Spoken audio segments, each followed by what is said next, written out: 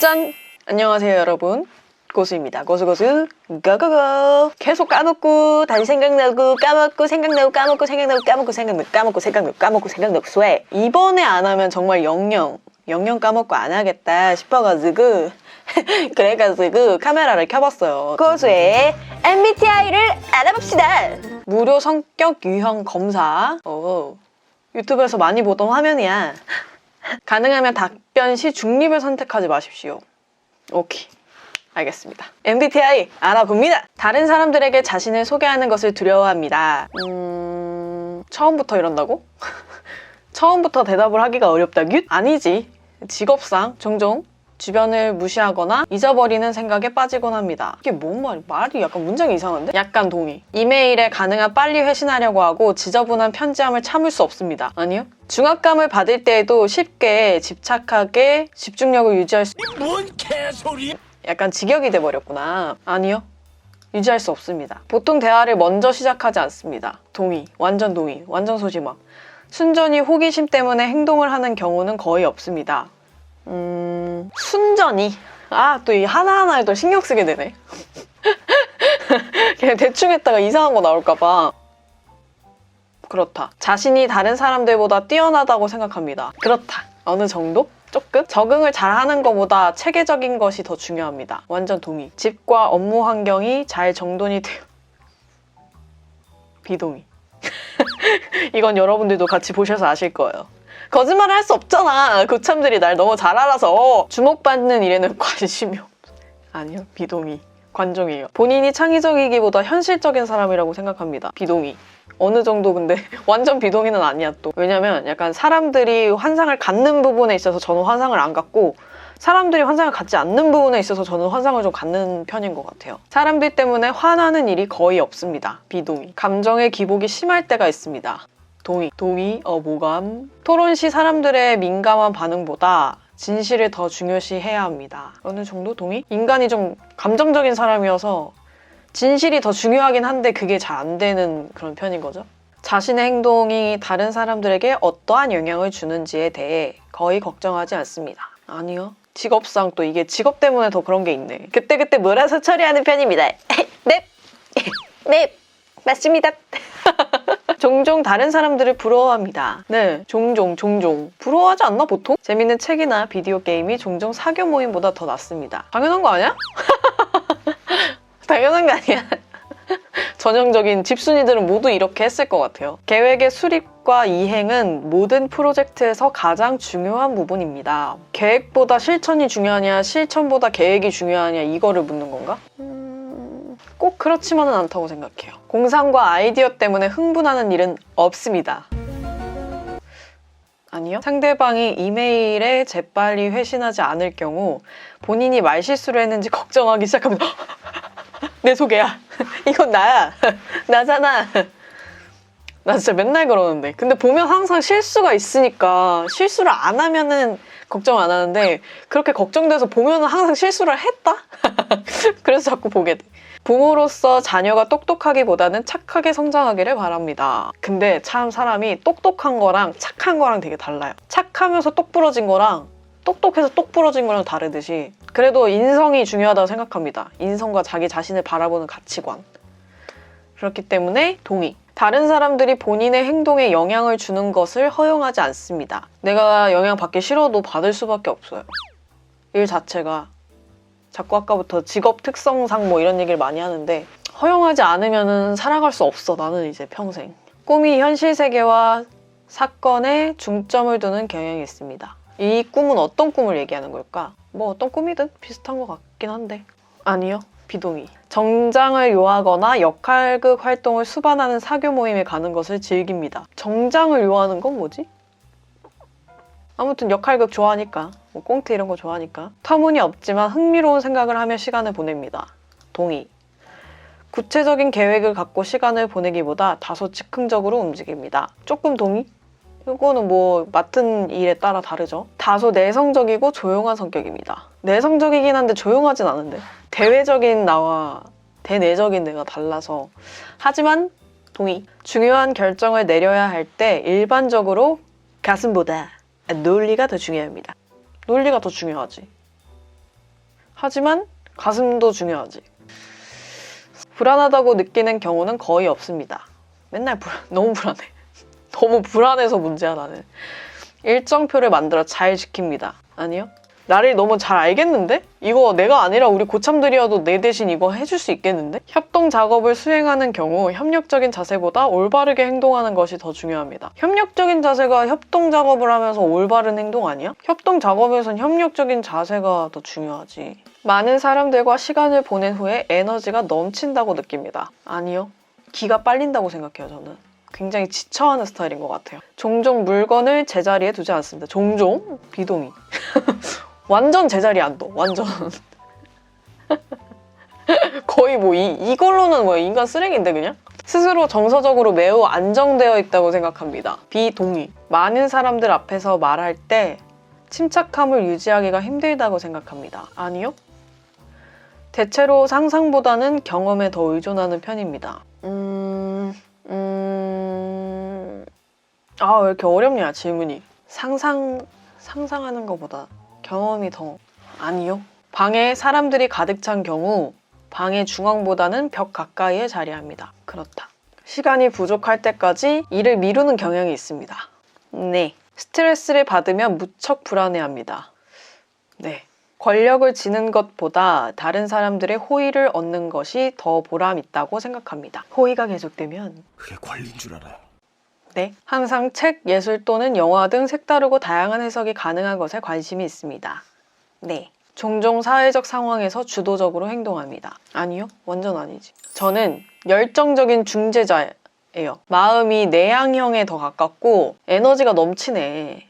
에너지가 완전 뿜뿜하네. 마음 부분에서 되게 공감이 많이 가는 게, 이렇게 저를 외적으로 보시는 분들은 막 엄청 외향적이라고 많이 생각을 하세요. 그러니까 우리 고참들 뿐만 아니라 심지어 저희 부모님이라던가 형제, 남자친구, 뭐 일적으로 엮인 모든 관계, 친구들까지 제가 외향형인 줄 알아요. 부모님은 아닌 걸 아실 수도 있겠다. 제가 성격이 좀 많이 변했으니까.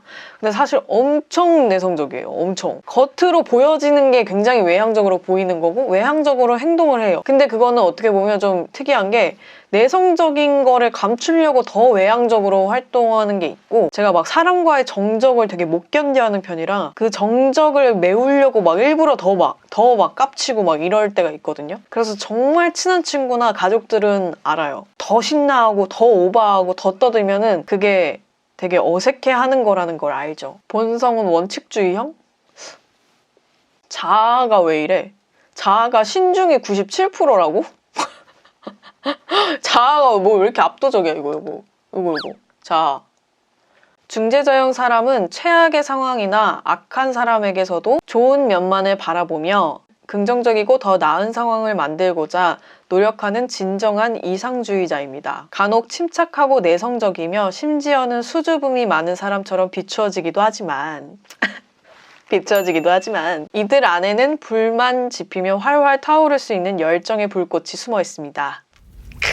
좋은 말이네. 인구의 대략 4%를 차지하는 이들은 인구의 대략 4%를 차지한다고? 간혹 사람들의 오해를 사기도 하지만 일단 마음이 맞는 사람을 만나면 이들 안에 내재한 충만한 즐거움과 넘치는 영감을 경험할 수 있을 것입니다. 그러니까 사람으로 인한 시너지가 많다는 건가? 더욱이 성취에 따르는 보상이나 그렇지 못할 경우에 생길 수 있는 불이익 여부에 상관없이 순수한